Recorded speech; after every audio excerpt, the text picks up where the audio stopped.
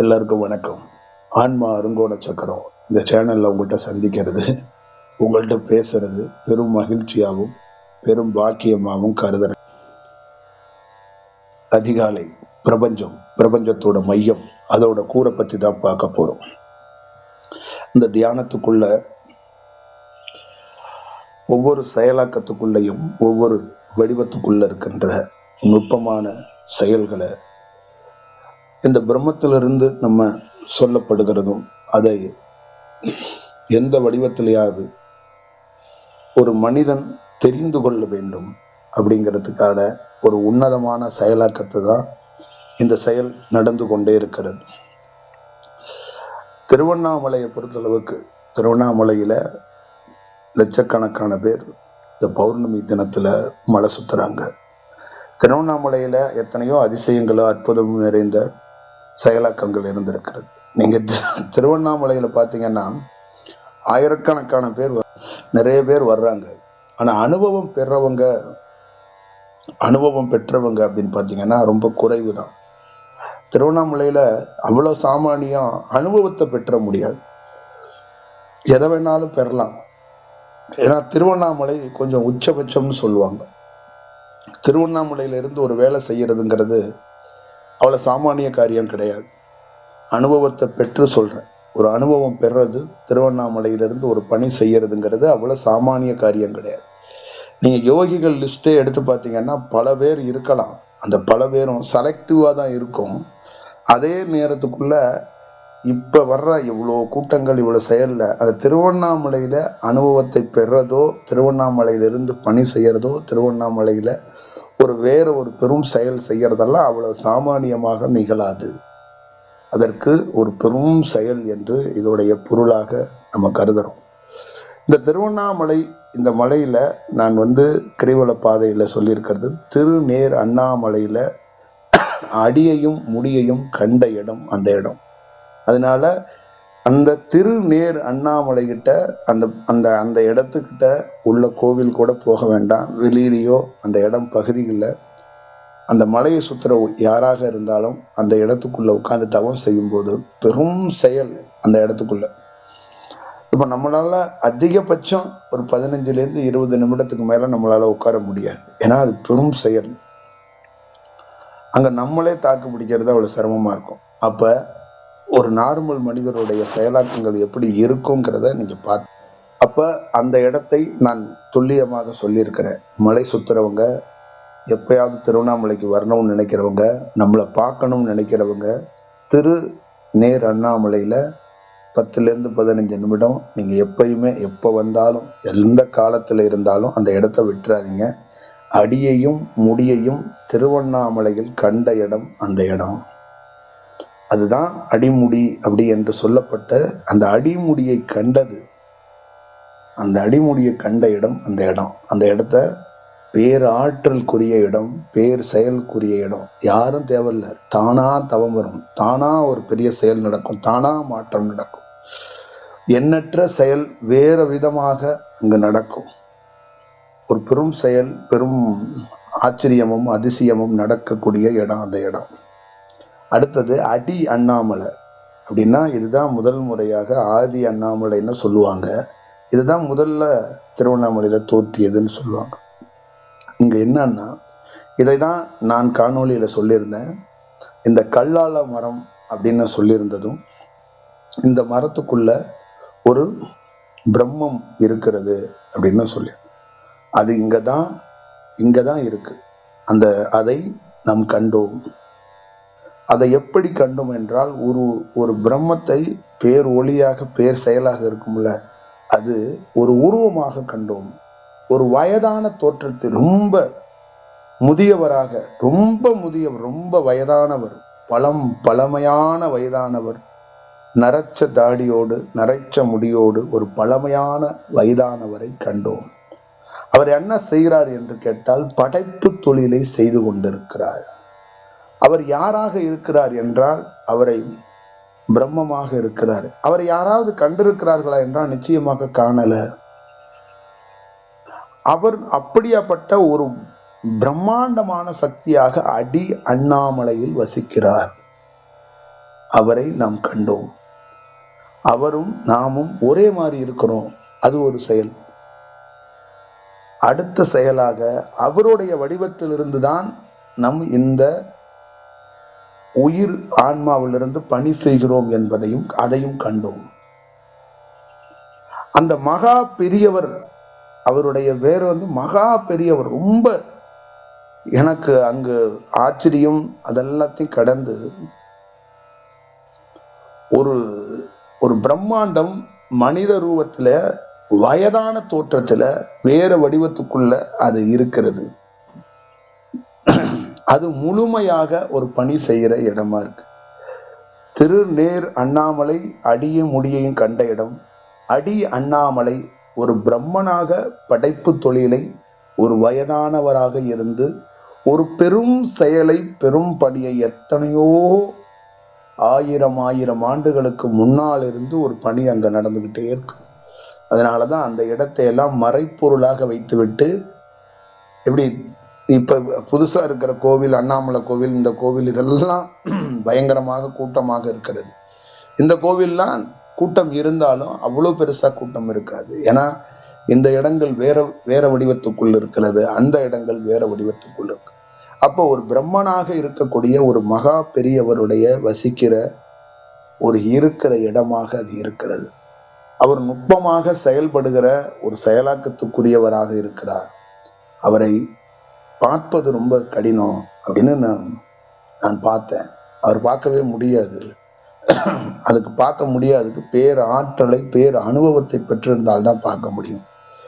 அவருடைய செயலாக்கத்துக்குள் இந்த பிறப்போ இந்த செயலோ நிகழ்த்தப்பட்டதனால், அந்த அனுபவம் நிகழ்த்தப்பட்டதனால் அந்த வாய்ப்பை நமக்கு வழங்கி இருக்கிறாரு. வேற எந்த சலுகையும் இல்லை நம்ம அவரை பார்த்ததுக்கு. அந்த மகா பெரியவருடைய மிகப்பெரிய செயல், அந்த மிகப்பெரிய வடிவம்தான் திருவண்ணாமலையே. இந்த ஹோல் திருவண்ணாமலை மட்டுமில்லை, இந்த உலகத்துக்கே இந்த பெரியவரால் தான் வேலை நடக்குது. இந்த பெரியவர் தான் எல்லா பணியையும் இந்த உலகத்துக்குள்ள இருக்கின்ற பேர் அதிசயத்தை, பேர் அற்புதத்தை, பேர் ஒளியாக இருந்து ஒரு பெரியவர் செஞ்சுக்கிட்டு இருக்காரு. அவர் இன்னொரு பெரிய குறிப்பு, மனித தோற்றத்தில் இருக்கிறார். அவர் பேர் ஒளியாக பேர் செயலாக இருந்தாலும் அவர் மனித தோற்றத்தில் இருக்கிறார். அந்த பேர் செயலுக்குள்ள பேர் ஆற்றலுக்குள்ள இருக்கின்ற பெரும் அதிசயம் என்ன என்று கேட்டால், பெரும் ஆச்சரியம் என்ன என்று கேட்டால், அவர் மனித செயலாக்கத்துக்குள் அது போன்ற ஒரு தேகத்தில் இருக்கிறார். அதுதான் பெரிய ஆச்சரியமும் பெரிய வியப்பும் ஏற்பட்டது. ஒரு பிரம்மம் ஒரு பல்வேறுபட்ட பெரும் செயலை நான் பேர் ஒளியாக பேர் செயலாக கண்டபோது கூட, அந்த சுவாசமாக அவர்கள் பண்ணிய செயல் கூட எல்லா செயல்களையும் கடந்திருக்கிறோம். இந்த செயல் என்பது ரொம்ப வியப்பையும் ரொம்ப ஆச்சரியத்தை மட்டுமல்ல, இது ஒரு புது செயலாக மனித குலத்துக்கு மட்டுமல்ல, இந்த உலகத்துக்கு இருக்கிறது. ஒரு பிரம்மாண்டம் தேகத்தோடு இருக்கிறது என்பதுதான் பெரிய ஆச்சரியத்தையுடைய உரைய வைக்கிற செயலாக இருக்கிறது. அங்க உரையாடல் எதுவும் இல்லை. அங்க உரையாடல் அந்த கான்வர்சேஷனுக்கெல்லாம் அங்க வேலை இல்லை. இந்த பிரம்மாண்டம் அங்கு உருவத்தோடு அப்படி ஒரு செயலோடு அது வயதான தோற்றத்தில் பார்க்கும் அந்த செயலாக இருக்கிறது என்பதை புரிந்து கொள்ள வேண்டும். இந்த மலை பல்வேறுபட்ட ஆற்றல்களையும் சக்திகளையும் குமிச்சு வச்சிருக்க ஒரு இடமா இருக்கு. இந்த இடம் எப்படி இருக்குன்னா, ஒரு பாதுகாக்கக்கூடிய பல்வேறுபட்ட ஆற்றல்களை சேகரிக்கக்கூடிய ஒரு கிடங்குன்னு சொல்லுவாங்கல்ல, அது மாதிரி ஒரு கிடங்காக இந்த மலை இருக்கிறது. இந்த திருவண்ணாமலை என்பது ஒரு கிடங்காக ஆயிரக்கணக்கான லட்சக்கணக்கான உயிர் அணுக்களை பாதுகாத்து வைத்து கொண்டு, நீங்கள் சொல்கின்ற அந்த நெருப்பு மலை, அந்த ஜுவாலை மலை என்பது பல்வேறுபட்ட அணுக்களை உள்ளே அடக்கி கொண்டு வெளியிலே மலையாக கல்லாக தெரிந்து கொண்டிருக்கிறது. அப்ப இந்த மலையை சுற்றி கிரிவல பாதையை சுற்றி ஒரு செயல் இங்கு எல்லாம் நடக்கிறது. அந்த மலைக்குள்ளே ஒரு செயலை வைத்துவிட்டு வெளியிலே பல்வேறுபட்ட செயலாக்கங்கள் நடக்கிறது. அங்கே ஈசானிய ஞான தேசிகர் என்ற இடத்துக்குள்ளேயும் ஒரு அற்புதங்களையும் ஒரு அதிசயங்களையும் அந்த இடத்துக்குள்ளேயும் உட்கார்ந்து ஒருவன் தவம் செய்யும் போது அந்த இடமும் ஒரு முழுமைக்குரிய இடமாக, ஒரு நிதானத்துக்குரிய இடமாக அந்த இடமும் இருக்கிறது. அதனால் இந்த மலை சுற்றுகின்ற விசேஷம் என்ன என்று கேட்டால், இந்த மலை சுத்துறதுல தான் விசேஷமே இருக்கு. இந்த கிரிவலத்துல தான் பெரிய விசேஷமே இருக்கு. அப்ப அந்த கிரிவலம் என்பது சாதாரண விஷயம் அல்ல. ஒரு மிகப்பெரிய பிரம்மாண்டம் இந்த கிரிவலத்துக்குள்ளதான் அமைக்கப்பட்டிருக்கிறது. இந்த பகுதியில தான் அமைக்கப்பட்டிருக்கிறது. இந்த பிரம்மாண்டமாக சொல்லக்கூடிய இந்த உலகத்துல இருக்கிற ஒரு மிகப்பெரிய பிரம்மாண்டமே கிரிவல பாதைக்குள்ளதான் இருக்கிறாருங்க. அந்த மலைக்குள்ள ஒரு சேமிக்கிற ஒரு இடமா வச்சுட்டு இவங்க எல்லாம் வெளியில நின்று ஒரு வேலை செஞ்சுக்கிட்டு இருக்காங்கிறதான் செயல். அதனால் இந்த கிரிவலம் சுத்துவது, இந்த மலையை நடப்பது என்பது பெரும் அனுபவம் பெற்றவர்களே இந்த வேலையை செய்யறது என்பது இந்த செயலுக்காகத்தான் செய்யப்படுகிறார்கள். இந்த மலையை எல்லோரும் மனிதர்களே ஏன் எல்லா பல்வேறுபட்ட வேண்டுதல்களால் இந்த மலையை சுத்துறதுக்கு, மலையை நோக்கி படையெடுக்கிறதுக்கு முக்கியமான காரணம் அந்த ஈர்ப்பும் அந்த செயலும் தான். இந்த மலை, இந்த இடம் பெரிய செயல் என்ன என்றால் இந்த மலையை சுற்றுவது. காரணம் பிரம்மாண்டம் சுத்தும் இடங்களில் இருப்பது. ஆனால் இவர்கள் அனைவரும் அந்த பிரம்மாண்டத்தை அறிவதற்கோ பார்ப்பதற்கோ செயல்படுத்துவதற்கோ வாய்ப்பு இல்லை. அது அவ்வளவு சாமானிய காரியமும் இல்லை. ஆனால் இந்த மனித குலம் ஏதோ ஒரு வடிவத்தில் பெரிய செயலாக்கத்தை பெற வேண்டும். இது ஒரு வரலாறாக நாளை சமூகத்துக்குள் இது ஒரு பெரிய செயலாக, பெரிய காரியமாக இருக்க வேண்டும் என்பதற்காகத்தான் நம் கண்டதை அப்படியே உங்களிடம் கொடுக்கிறோம். நீங்கள் என்றாவது ஒரு நாள் இந்த மலையை சுற்றும் போது நான் சொன்ன இடங்களில் உட்கார்ந்து தவம் செய்து பாருங்கள். சொன்ன இடங்களில் போய் வந்து பாருங்கள். அப்பொழுது அதோடைய ரகசியமும் அதோடைய உண்மையும் தெரிந்துவிடும். முழு தாற்பயம் உங்களுக்கு தெரிவதற்கு வாய்ப்பு ரொம்ப குறைவு. ஆனால் ஏதோ ஒரு செயலாக்கத்தை ஏற்படுத்தும். மற்ற இடத்திலையும் நீங்கள் மலை சுத்துற இடத்துல உட்கார்ந்து பாருங்க, இந்த இடத்துக்குள்ளேயும் உட்கார்ந்து பாருங்க. 2 ரேடியேஷனும் பிரிந்து 2 தன்மையும் உடல்ல மாற்றத்தை எப்படி ஏற்படுத்துதுங்கிறதை உங்களால் அறுதியிட்டு பார்க்க முடியும், அதை உணர முடியும் என்பதை மறந்துடாதீங்க. இது மிகப்பெரிய முக்கியமான ஒரு இடம் என்பதை மறந்துவிட வேண்டாம். ஒரு பெரியவர் என்பவர் இப்படி ஒரு செயலை பார்த்தது, அதோடு ஒரு செயல் இணைந்தது என்பது பெரிய ஒரு செயலாக நான் கருதப்படுகிறேன், பெரிய செயலாக நான் பார்க்கிறேன். அப்போ நீங்கள் ஒவ்வொருவரும் இந்த தியானத்துக்குள்ளே ஒரு பெரும் செயலாக்கத்தை, பெரும் வடிவத்தை எப்படி பெற வேண்டும், எப்படி எடுத்துக்கொண்டு போக வேண்டும் என்பதை உணர்ந்து நீங்கள் ஒரு பணி செய்தால் அது உங்களுக்கு ஒரு மிகப்பெரிய செயலாக்கத்தை ஏற்படுத்தி கொடுத்து விடும் என்பதற்கு எந்த ஐயமும் இல்லை என்பதை நான் உங்களிடம் சொல்கிறேன்.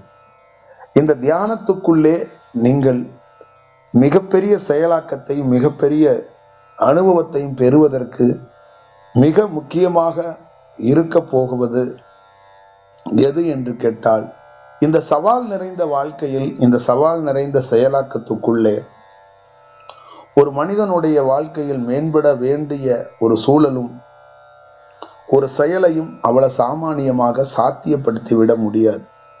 ஒரு வீட்டுக்குள்ளே, ஒரு அறைக்குள்ளேயே ஒரு தனி மனிதன் முடங்கி போய் தவம் செய்து கொண்டே இருந்தானா அவன் வாழ்க்கை போக்கு மாறிடும். ஆனால் அந்த வீட்டுக்குள்ளேயே, அந்த அறைக்குள்ளேயே அவன் தவம் செய்வது கூட அந்த வீடையும் சார்ந்து வேற ஒரு வடிவத்துக்குள் அவனுடைய பயணம் இருக்கும் பட்சத்துல ஒரு இடத்துக்குள் அவனுடைய வாழ்க்கை மாறுபடும் என்பதை நீங்கள் நுட்பமாக தெரிந்து கொள்ளுங்கள்.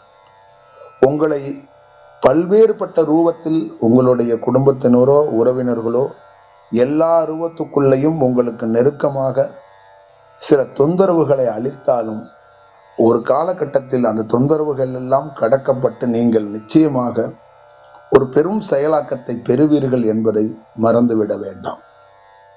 ஏன் என்று கேட்டால், இந்த தியானத்துக்குள்ள இருக்கிற மிகப்பெரிய செயலாக்கம் என்பது ஒரு பெரும் வடிவமாக, பெரும் மாற்றமாக மாறும்.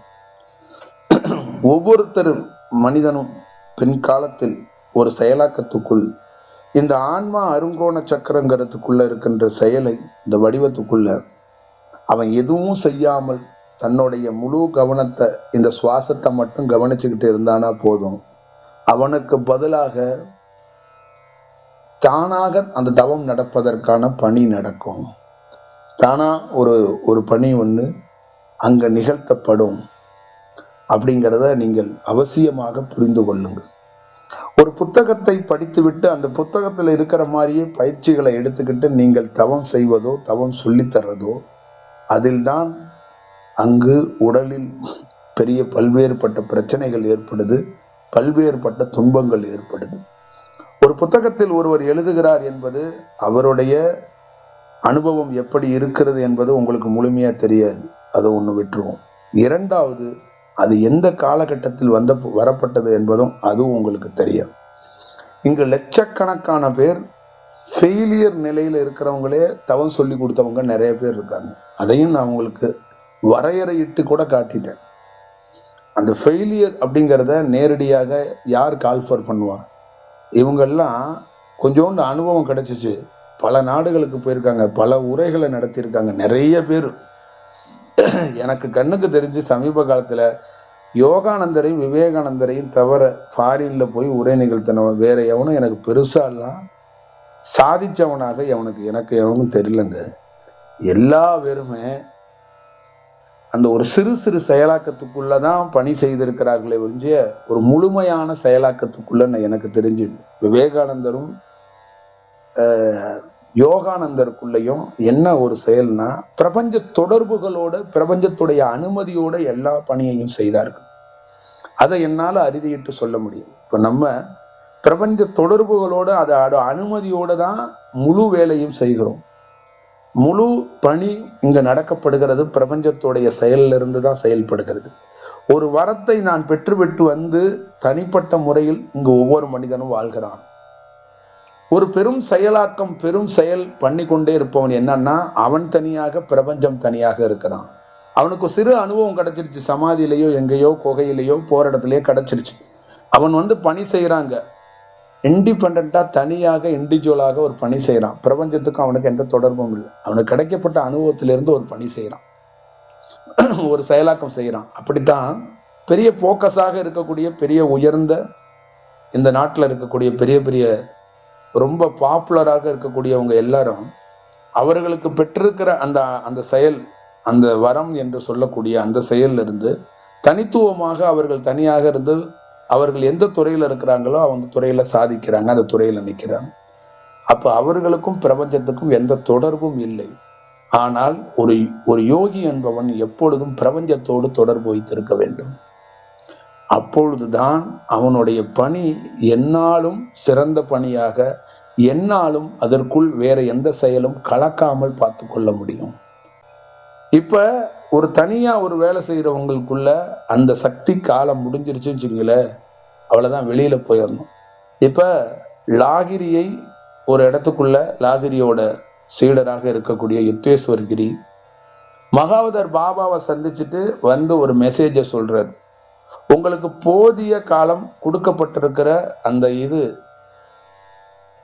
அந்த காலம் முடிஞ்சிருச்சு அப்படிங்கிற மெசேஜை பாஸ் பண்றாரு. உங்களுக்கு அது முடிஞ்சிருச்சான் அப்படின்னு ஒரு தகவலை கொடுக்கிறார். மகாவதர் பாபாஜி சொன்னாரு, லாகிரிடம் சொல், கொடுக்கப்பட்டது முடிஞ்சு விட்டது அப்படின்னு. இப்ப யுக்தேஸ்வர்கிரி சாதாரணமாக அதை சொல்லும் போது புத்தகத்தில் எழுதி வைத்திருக்கிறார்கள். அதை குறிப்பு வேறு வடிவத்துக்குள் நான் பார்க்கிறேன். அப்ப லாகிரி யதார்த்தமாக இருந்தவர் உள்ளே போய்விட்டார், வெளியிலே வரல. நாங்க எல்லாம் ஒரு மாதிரி ஆயிட்டோம், ஏன் இந்த வார்த்தையை கூட சொன்னோம், இதை தவிர்த்து இருக்கலாமோ, இதை வேற மாதிரி சொல்லியிருக்கலாமோன்னு கூட யுக்தேஸ்வர்கிரி நினைத்ததாக அந்த ஒரு உணர்வுகள் காட்டுதாங்க. திருப்பி லாகிரி வெளியில அதை எதை பார்த்தாருன்னா, இந்த காலத்துல இந்த சூழல்ல உனக்கு என்ன கொடுத்துருக்குன்னா, நீ இந்த மனித தேகத்திலிருந்து எத்தனை நாள் வேலை செய்யணும் அப்படிங்கிறதுக்காக கொடுக்கப்பட்டிருக்க சக்தி முடிவடைந்துட்டது. அதனால இதுக்கு மேல இந்த உடல்ல இருந்து நீ இந்த வேலையை செய்யாத. இப்ப இத்தனாம் தேதியை நீ உனக்கு முடிவு பண்ணியிருக்கிற, அந்த தேதியில நீ நீ இந்த உடலை விட்டுறணும், உன்னுடைய வேலையை கலைச்சிடணும். நீ சூட்சமத்துல வேணா பணி செஞ்சுக்கலாம், இந்த சூலத்தோடு இருந்து பணி செய்ய முடியாது. அதை உனக்கு ஞாபகப்படுத்தினேன் அப்படின்னு அவர் மூலியமாக இவர் ஞாபகப்படுத்தணும்னா இவர் என்ன பண்றாரு, குருநாதர் அப்படி சொல்லியிருக்காருன்னா பார்க்கல, இவர் போய் உள்ள போய் அது என்னன்னு பார்த்துடுறாரு. அதை கண்டறிஞ்சிட்டு திருப்பி வர்றாரு. அப்ப இது என்னன்னா, பிரபஞ்சத்தோடு தொடர்புல இருந்தாதான் இந்த பணியெல்லாம் நடக்கும். பிரபஞ்சத்தோட தொடர்புல இல்லாதவங்களுக்கு ஃப்ளூக்ல தான் எல்லாம் நடக்கும்.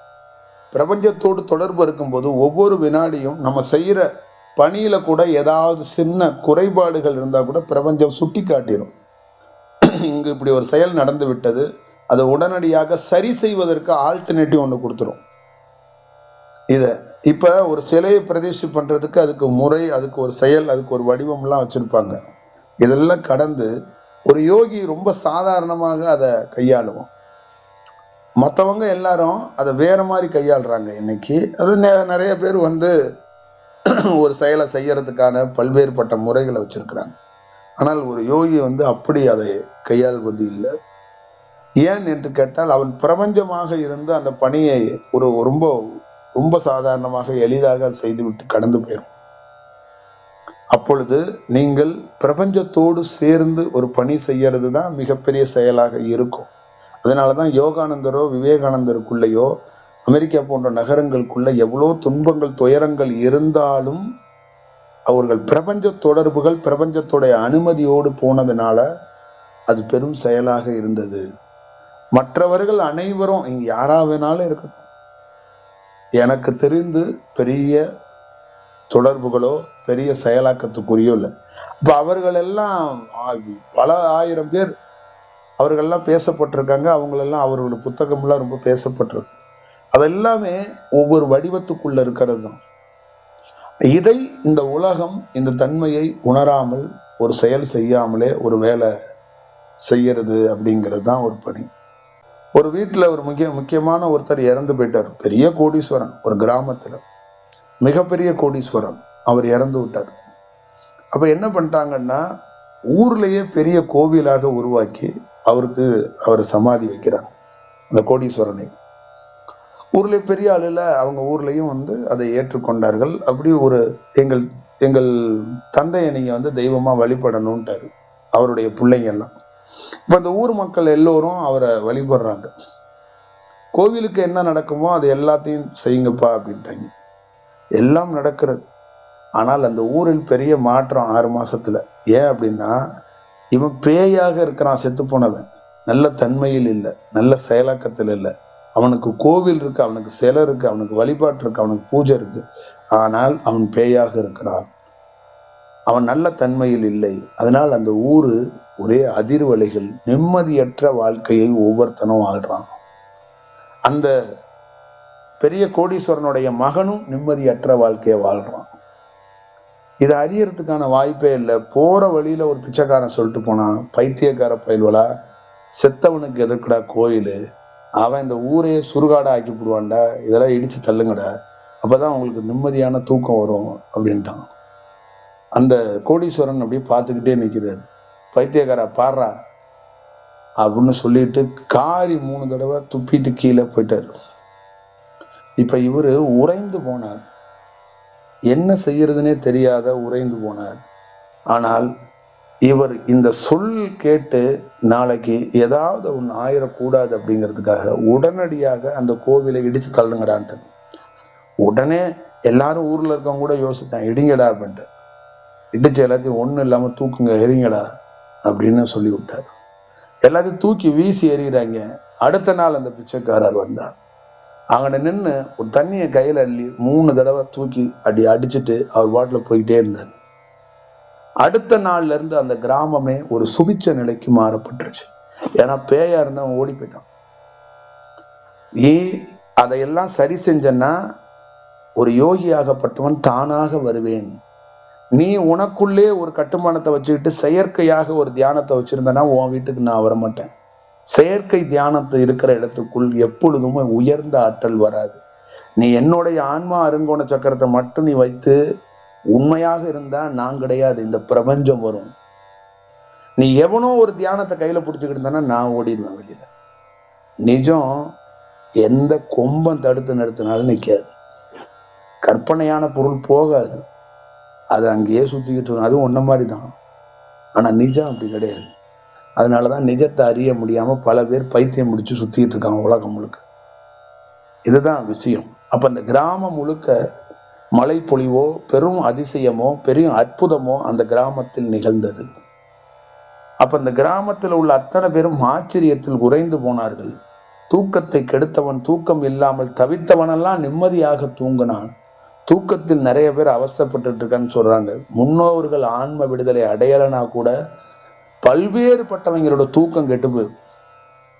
இந்த செத்து போனவங்க ஆன்ம விடுதலை அடையலைன்னு வச்சுங்களேன், நிறைய பேருடைய வாழ்க்கையில் நிறைய பேருடைய வீடுகளில் அவங்க தூங்க முடியாது என்பது உண்மையான செயல். ஏன் என்று கேட்டால் சுவாசத்தை அவங்க தொந்தரவு செஞ்சு அந்த நரம்பு 2 நரம்பு சேர்ந்துனாதான் தூக்கம் வரும். சேர விட மாட்டாங்க. அதுக்குள்ள ஒரு வேலை செய்ய விட மாட்டாங்க. இப்போ ஒரு ஈயோ ஒரு வண்டோ நம்ம மூக்கு கிட்ட ஒரு சவுண்டு கொஞ்சன்னு விட்டுட்டு இல்லை காது கிட்ட விட்டுட்டு தான் நமக்கு தூக்கம் வருமா? அது போன்ற வேலைகளை இந்த சுவாசத்துக்கு அருகிலேயே இருந்து ஒரு செயல்களை இறந்த தீய சக்திகள் கொண்ட செயலாக்கங்கள் செய்வாங்க. அது ஒரு அலைவரிசை. அந்த அலைவரிசையை தடுத்து நிறுத்தினாதான் அங்கு ஒரு நல்ல செயலாக்கங்களை உருவாக்க முடியும். அப்படித்தான் இந்த கிராமத்திலிருந்து அந்த செயலை அவன் அகட்டினா அவனுக்கு இன்னொருத்தன் ஆன்ம விடுதலை கொடுத்தான். ஒரு செயல் அங்க நடக்கப்பட்டது. அந்த கிராமம் சுபிட்சமாக மாறும். இது மாதிரிதான் இந்த உலகத்துக்குள்ள ஒவ்வொரு வீட்டுக்குள்ளேயும் செயற்கையாக வைத்திருக்கிற தியானத்தை போகி பண்டிகைகளை தூக்கி கொண்டு போய் கொளுத்துற மாதிரி என்னைக்கு கொளுத்துறீங்களோ அன்னைக்கு உங்கள் வீடும் நீங்களும் சுபிட்சமாக வாழ்வீங்க. எப்ப கொளுத்த போறீங்கன்னு தெரியல. இந்தியாவுல உலகத்துல சமீப காலத்துல இருக்கிற அத்தனை செயல்களையும் தூக்கி கொண்டு போய் வீட்டுல வச்சு வீட்டுக்கு முன்னாடியே பின்னாடியே எரிக்கிற நாள் உங்கள் வாழ்க்கையில மிகப்பெரிய திருப்பு முனையும் மிகப்பெரிய மாற்றமும் இருக்கும். இதுதான் பிரபஞ்சத்துடைய செயல். ஒரு நாள் நீ செஞ்சு பார். தூக்கி கொண்டு போய் எரி. இதெல்லாம் தூக்கி கொண்டு போய் கொளுத்து. போகி பண்டிகையில கொண்டு கொளுத்துவான் பார், தேவையில்ல. அதை கொண்டு போய் கொளுத்து. அடுத்த நாள் ஒருத்தன் வருவான். அங்கவே நீ ஜெயிச்சிட்டா. அதுவே நீ அதுவே உண்மைக்கு நிஜமானது. அதுதான் நீ எதுவுமே செய்யவில்லை என்றாலும் நீ தப்பித்துக் கொள்வாய். ஆனால் தீய செயல் எல்லாம் உள்ளே கொண்டாந்து வைத்துக் கொண்டு உட்கார்ந்து வீட்டை நரகமாக ஆக்கி வைத்திருக்கிறாய். எவன் சொன்னதோ, எவன் பேசுனதோ, எவன் படத்தையோ, சாக போறவனும் நிலை அடையாதவனும் தடுமாறினவனும் தள்ளாடினவனும் கொஞ்சோண்டு அங்கங்க உருண்டவன்லாம் குருநாதர் என்ற புகைப்படத்தை நீ வச்சிருக்கல்ல, அதெல்லாம் உனக்கு தெரியாது. நீ அழிந்ததுக்கு அப்புறம் நீ தெரிஞ்சு என்னத்தை பண்ண போற? நீ தோத்ததுக்கு அப்புறம் தெரிஞ்சு நீ என்ன பண்ண போற? இந்த உலகத்துல நீ சாதிக்கிறதுக்கு முன்னாடியே ஒரு செயலை தெரிஞ்சுக்கிட்டு சாதிக்கணுமா? இல்லை எல்லாம் முடிந்து இந்த நெருப்புக்குள்ளே குடும்பம் நடத்தி கடைசியாக ஐயோ இப்பதாங்க எனக்கு தெரியுதுங்கிறது எதற்காக ஒரு செயல்? ஒரு யோகி ஒரு லைன்ல சூட்சமத்துல சொல்லிட்டு போயிடுவான். இந்த உலகம் இப்படித்தான் இயங்கும், மக்கள் இப்படித்தான் இருப்பான். நிஜமான யோகி இப்படி நடந்து வந்தா கூட கண்டுக்க மாட்டான். உண்மையான யோகி பிச்சைக்காரனா வருவான். அவனை கண்டறிந்து இவனால் உணவளிக்க முடியாது. ஒரு டுபாக்கு ஒரு பிச்சைக்காரன் வருவான். இவனை கண்டடிச்சு இவன் கடவுள்னு சொல்லிட்டு அவனுக்கு எல்லா உபதேசம் பண்ணிட்டு இருப்பான். ஒரு யோகி வந்து தாயே எனக்கு பிச்சையிடுன்னா அவனை ஒரு அம்மா மதிக்கவே இல்லை. இன்னொருத்தன் வந்தான், தெய்வீகமா தெரியுறீங்க அப்படின்னு சொல்லி அவனுக்கு பாத பூஜை எடுத்துக்கிட்டு இருந்தாங்க. அப்பவே அந்த குடும்பம் எல்லா விஷயங்களையும் இழந்து போனது. ஒரு உண்மை செயலுக்குரியவனை அவனுக்கு தொடவில்லை. ஒரு போலியாக இருப்பவனுக்கு பாத பூஜை என்பது அங்கேயே அந்த குடும்பம் கீழ்நிலைக்கு போவதற்கான வாய்ப்புகளை பெற்றுச்சு. அப்ப நீங்கள் எங்க கீழே தொடங்குறீங்க, எங்க வாழ்க்கையில சரிய தொடங்குறீங்கன்னா இந்த தீய செயலுக்குரிய இருக்கிறவர்கள் கூட உங்களுக்கு தெரியாது. அவருக்கும் தீய செயல்ல இருக்கிறவங்க தெரியாது, உங்களுக்கும் தெரியாது. அப்படித்தான் இந்த உலகம் எப்படி இருக்குன்னா ஒரு ஜர்க்கா இருக்கு. இப்போ உலகம் இப்படி ஆடிக்கிட்டே நிக்குது. இப்ப நம்மளுடைய உலகம், நீங்க வசிக்கிற உலகம் எப்படி இருக்குன்னா சரியா இல்லை. இந்த மேல விமானம் பறக்கும் போது ஆடும்ல, அந்த மாதிரி ஆடுது உலகம். ஜர்க்குல இருந்து அந்த ஜர்க்கு அப்படி என்னன்னா இங்கு எல்லோருமே ஒரு அதிர்வலைகள் இருக்கிறார்கள். அந்த அதிர்வலைகள் சரி செய்யப்பட்டால் மட்டுமே ஒரு பெரிய மாற்றத்தை செய்ய முடியும். அதனால தயவு செய்து இதெல்லாம் நீங்க தவமே பண்ணலைனாலும் பரவாயில்ல, இயல்பா வாழுங்க. எவன் படத்தையும் வைக்காதீங்க. இயல்பா போங்க, இயல்பா வாழுங்க, ஒரு நல்ல செயல் இருங்க. ஆனா செயற்கையாக ஒரு செயலை செஞ்சு உங்கள் வாழ்க்கையை துன்பம் அடைய வைக்காதீங்க. ஒரு துயரத்துக்குள்ள போகாதீங்க. ஏன்னா உங்களால மனிதர்கள், நீங்க ஒரு இறைவனையோ ஒரு யோகியோ கண்டறிந்து மார்க்கெல்லாம் போட்டுற முடியாது. கண்டறியறதுக்கான ஒரு செயலாக்கத்தை உருவாக்கிட முடியாது. அவர் உங்க தொகுதியோட வேட்பாளர் கிடையாது. யோகி என்பது, கடவுள் என்பது உங்க தொகுதி வேட்பாளரே உங்களுக்கு சரியாக தேர்ந்தெடுக்க தெரியாது. 65 ஆண்டுகள் 70 ஆண்டுகள் தமிழ்நாட்டில் மட்டும் இல்ல, இந்தியாவிலையும் இதுதான் நடக்குது. உங்களால ஒரே ஒரு உங்க தொகுதியில் இருக்கிற ஒரு வேட்பாளர் என்னைக்காவது தேர்ந்தெடுத்திருக்கீங்கன்னு நீங்க சொல்லுங்க. நீங்கள் தேர்ந்தெடுத்த அத்தனை பேரும் என்ன நடந்திருக்குங்கிறத நான் சொல்ல வேண்டாம், உங்களுக்கு தெரியும். அப்போ உங்களுடைய தேர்வு என்ன அப்படின்னா, நீங்க மனிதனாக இருந்து உங்களால தேர்வு செய்ய முடியாது. மனிதனாக இருந்து நீ எந்த பொருளை தேர்ந்தெடுத்தாலும் அது மனித செயல்தான். அந்த மனித செயலிருந்து விடுபட்டு போய் ஒரு தேர்வு இருக்குல்ல, அதுதான் நிரந்தரமான செயல், அதுதான் ஒரு பெரிய செயல் என்று பொருள். அப்போ உங்களால தேர்ந்தெடுக்க முடியாது. ஏன் என்று கேட்டால் உங்களுடைய சூழலும் உங்களுடைய எண்ணமும் தேர்ந்தெடுக்க விடாது. அதனாலதான் நீங்க இப்படி வாழ்றீங்கிறதுக்கு இதுதான் அடிப்படை, இதுதான் செயல். இன்னும் 2 ஆண்டுகள்ல தமிழ்நாட்டுல கூட தேர்தல் வரும். உங்களுடைய தேர்வு எப்படி இருக்கும் அப்படின்னா, நீங்களே பார்க்க தான் போறீங்க. நீங்க அப்படித்தான் தேர்வு பண்ணுவீங்க. உங்கள் தேர்வுகளில் மாற்றம் இருக்காது. ஏன் அப்படின்னா, நீங்கள் அதெல்லாம் பண்ணிட முடியாது உங்களால். நீங்க ஒரு தீர்க்க தரிசியாகவோ ஒரு நிஜத்தோடு பயணிக்கிறதுக்கான வாய்ப்புகளை பெறாதவர்கள். அப்ப நிஜத்தை எப்பயுமே உங்க சொல்லுவாங்கல்ல, கடவுளே தேடி வந்தாலும் இவங்க நம்ப மாட்டாங்க. நிறைய ஆசிரமங்கள்லையும் நிறைய கோவில்கள்லையும் நிறைய வீதிகள்லையும் உண்மையான கடவுளே வெளியில வந்தாலும் அவனுக்கு மதிப்பளிப்பதற்கு இங்கு தயாராக இல்லை. போலிகள் காலம் என்று சொல்வார்கள். அந்த போலிகள் காலம், அந்த போலிகளுக்கு மொத்தமாக போவி பண்டிகை கொண்டாடுவதற்குத்தான் நம்ம போன்ற ஆளுங்கள்லாம் இந்த பணியை செய்ய வந்திருக்கிறோம். மொத்தமா எல்லாத்தையும் வச்சு தீ வச்சு கொளுத்துறதுக்கான காலம்னு சொல்லுவாங்க. அந்த காலம் வந்ததுனாலதான் சிறு சிறு கிராமங்கள்ல கூட எல்லாரும் தவம் செய்யக்கூடிய காலம் வந்திருக்குது அப்படின்னு நான் சொல்றேன்னா, முதல்ல இதெல்லாத்தையும் கொளுத்தணும். கொளுத்தும் பணி ஒரு பக்கம் நடக்குது, இன்னொரு பக்கம் உண்மையான தவத்தை பண்ண வேண்டும், உண்மையான செயலாக்கத்தை தெரிந்து கொள்ள வேண்டும், அது ஒரு பணி நடக்குது. இது ரெண்டும் ஒரே நேரத்தில் நடக்கும். நிச்சயமாக ஒரு காலகட்டத்தில் உங்க வீட்டில் இருக்கிற பழைய பொருள் எல்லாம் தூக்கிட்டு போய் இந்த குப்பை தியானத்தெல்லாம் கொளுத்தலைன்னா, நாங்களே இயற்கையாகவே அது நிகழும். அப்ப நீங்க கலட்ட வேண்டியதில்ல, நேரடியாக உங்க போலி குருவையே கொளுத்திட்டோம்னா அப்புறம் நீங்க வீட்டில் இருக்கிறத கலட்டி கொண்டு வெளியில போட வேண்டியதானே. அதுக்கான வாய்ப்புகள் இயற்கையாகவே நிகழும். அதுக்கான காலமும் இதுதான். கொளுத்தியே ஆவாங்க, கொளுத்திடுவாங்க.